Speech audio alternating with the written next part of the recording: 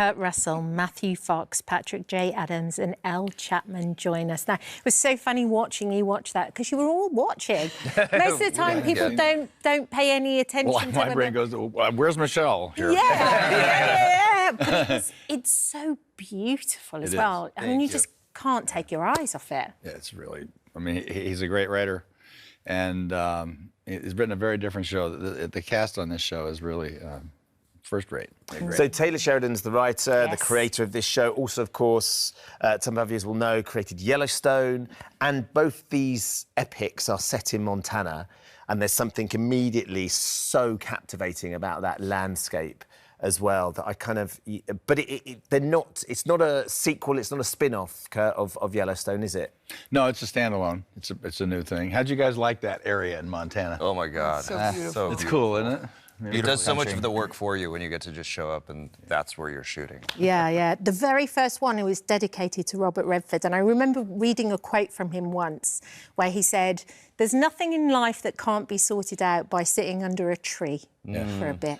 It's beautiful. And that's kind of what that show... That's what it feels like. It does, right? Yeah, absolutely. There's two characters in this show that are very distinct, and that's New York City and Montana, this particular place in Montana. And I think everybody can understand the relatability of feeding your soul. The land feeds your soul. And whether you're urban or whether you're from the country, you find things out about yourself by the fact that you go to someplace different and the people there are different. But there's a lot of core similarities. I think that's a lot of what we... Yeah, Matthew, you and Kurt play brothers, and you are bonded by this relationship, but also your love of fly fishing. Yep. We have an amazing TV series over here, which is fronted by two comedians called Gone Fishing, and it's just gone crazy because people just love watching them fish. They aren't good fishers. The two of you, though, they really are. Well, one of them actually is Paul Whitehouse. Yes, he is a very good swimmer. Yep. But the two of you clearly know your way around a fly fishing rod. Yeah, might have been part of the reason why we got the gig. Yeah, I grew up fly fishing in northwestern Wyoming with my brothers. My dad was a avid fly fisherman and put rods in our hands when we were very young. Made us cast in front of on the ranch before he would take us to the river. And is it different doing it there than then suddenly having the camera crew there going, right, come on, Matthew, we need a really great cast? Because he's quite particular about how bad his brother is at laying that cast down, laying that line down on the water. Yeah, I mean, whenever you're filming anything, it always changes it a little bit. But honestly, this was a really special job in that respect. I mean, us getting to stand in the river. You know, Taylor, they always shoot with like 5 or 6 cameras. You really never know where they are, so you're just out there. And it gives you a certain, I don't know, it kind of, in that kind of nature on that river, it just makes you feel like you're really in it. Elle, what can you tell us about the story? Because we've been given very distinct spoilers. We don't want to give anything and we don't away. want to give anything away. So what can you tell us about the story? I can say that if you have ever encountered loss in your life or family, which I think we could all relate to, this show has something for everyone. Yeah. It's really special. It's kind of feels like a love letter to Montana and to family. And family as well, particularly. That's the interesting thing. And watching the family sort of adapt to what they're all going through is great. There's this sort of the backdrop, Patrick, of this extraordinary landscape and the wildlife and the family trying to come to terms with, is there snakes? Is there... What on earth is going on? How do we fish? Am I right in saying that you actually had a run-in with a bear? Yes, Bo, another brilliant actor on the show, told me I had to go do this hike in the first season and the weather was getting quite bad, so nobody would go with me. And I was like, well, I guess I'll go do it alone. I was sure I would run into a bear. And everyone's like, you're not going to run into a bear, you're fine. I took the bear spray. I went for this long, beautiful 4-mile hike up to this lake and didn't see any wildlife. I'm fine. I'm like, on the way down, I'll put my headphones in and listen to some music. Start putting... Yeah, you're laughing already, you know. And I'm coming down the mountain listening to music, and I'm like looking down at my feet for a second, and I come up, and as far as you are from me, there's a bear. What? In my mind, it's the most ferocious bear that's ever existed in the history of bears. It's a cub. I think it was probably a cub. Well, that's really bad. That's The big guy somewhere. But I'll tell you, my heart just jumped out of my chest. You know, I'm not quite as uncomfortable as my character Russell is in this show in nature, but I felt very uncomfortable. Because you're supposed to make yourself big, right? If you come face to Whatever face with you think you're supposed to do is not what happened.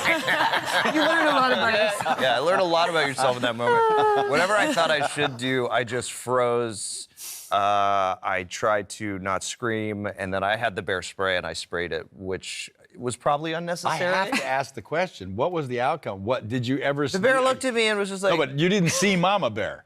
I did not see Mama Bear. You get between Mama Bear and her There cub, was like you a gotta river that bear down spraying into you. Yeah. Unfortunately. It was not a grizzly either, which is good. Yes. From what I gather about bear Well, it is, because you're still here with us, so we're all relieved about that. He's alive to Do tell more the of that. tale. Yeah. So no more hiking alone is the... Yeah. Talking of Mama Bear, Michelle plays the mama in this. She's so good. She is She's just great. I mean, amazing, because it's all kind of skewed from that very kind of female angle as well. It's the Yeah. different generations. Isn't that interesting? I mean, Yeah. I think that's what's interesting about in reading it. Yeah. When you think of Taylor and his shows, yeah, they all have this similar thing that you latch onto that you like. But I've never seen Taylor's female gaze. No. And the men in this show are in that female gaze. It's a very different approach. It's very different for him. And she, every once in a while in our lives as actors, right, something comes along that you really are the right person for, that you really have, everything points north. Mm. And you either just relax and kill it, or you don't, and that's the only question. And boy, I'm here to tell you, she just flat out. Yeah. She's just absolutely great. She Everything doesn't points Pfeiffer. miss anything. Yeah. So good. But the other thing, though, the love is the story. relationship between your two characters. It's so compelling to watch. It's very different because it's a relationship that worked for 40 years. I can't remember seeing anything recently that kind of has that in it. It's always the difficulty of the family that doesn't work well. The family doesn't, and it generally goes back to mom and dad, and they're the problem. This is very different in that regard. They had a great relationship. They've just had a wonderful 40 years, and this tragedy that happens is going to bring to the fore all the things that the whole family has to deal with. Yeah, yeah. And what's that like to have her as your mum? Surreal, very surreal. I mean, having... She's just got so much poise and grace. Oh, Even when she's you're out in so Montana, graceful. she just... I mean, having Michelle Pfeiffer and Kurt Russell play my parents is, for my first job. Best job. I have some boots to fill. But, I mean, it's such a gift. I'm pinching myself every day, to be honest. Yeah. But there are funny moments in it as well, and like interesting dynamics between the family. There's you guys and the Hornets. Yep. That's a great sequence. It's a great. That's yeah. not easy to do. That was our first day shooting. That was our first day of shooting. Yeah, it was our first day. So my first day on a TV show, 5 cameras. Yeah, we're running, screaming. You went to use the outside toilet Yes, and there's a hornet's nest. And Yep, yeah, there it is. Which you didn't know about until you found out about it. I have a healthy respect for hornets now. I'll keep my distance. I'm not surprised. So you've shot season 2 already as well. That's right. So we know we're going to get more of the drama. I mean, Patrick, I felt for your character because, of course, he's surrounded by women. Outnumbered. This is true. Properly surrounded, and I feel like he's doing his best to try and navigate what his wife is expecting of him and what his mother-in-law Trying is to make everybody happy. just trying to get through it, and then the girls. Luckily, I am a man. I have 2 sisters, amazing sisters, strong-willed, intelligent, brilliant sisters, a very powerful mother.